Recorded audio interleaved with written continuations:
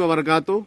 ये हमारे वो दावत के साथी है जो हजरात दिल्ली मरकज़ मशवरे में गए थे और कुछ साथी जमात में गए थे।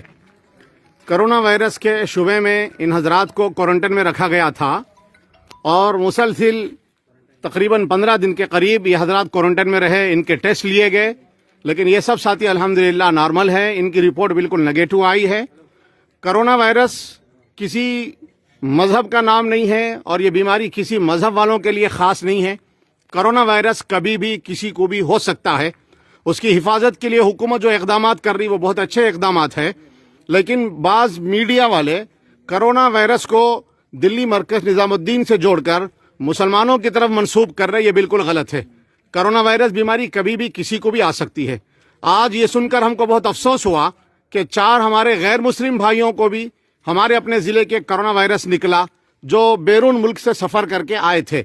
उन हजरात के लिए भी हम सब दुआ करते हैं, अल्लाह हमारे उन तमाम हिंदू भाइयों को भी जल्दी से जल्दी सेहत अता फरमाए और इस वायरस को उनके अंदर से भी ख़त्म फरमाए।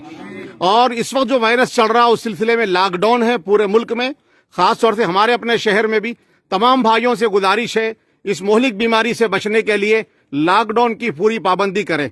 क्वारंटाइन के अंदर रहते हुए इन तमाम भाइयों को और भी जो लोग हैं उन सब को कलेक्टर साहब, एसपी साहब, एडिशनल एसपी साहब और सीआई साहब और पुलिस अमले की तरफ से और महकमा हेल्थ डिपार्टमेंट की जानिब से और दीगर लोगों की तरफ से, खास तौर से उलमा और हमारे जमात के जिम्मेदार साथियों की तरफ से जो सहूलतें पहुंचाई गई उन सब का हम सब शुक्रिया अदा करते हैं और सबके हक में दुआ करते हैं कि इन लोगों ने बड़ी कुर्बानियां दी, रात दिन जाग कर हमारे इन भाइयों की हिफाजत के लिए जो इक़दामात कर सकते थे वो सारे इक़दामात किए हैं। फिर एक मरतबा हम तमाम भाइयों से गुजारिश करते हैं कि लॉकडाउन के जो कानून है उसकी हिफाजत करें और अपने अपने घरों के अंदर महसूर रहें। अपने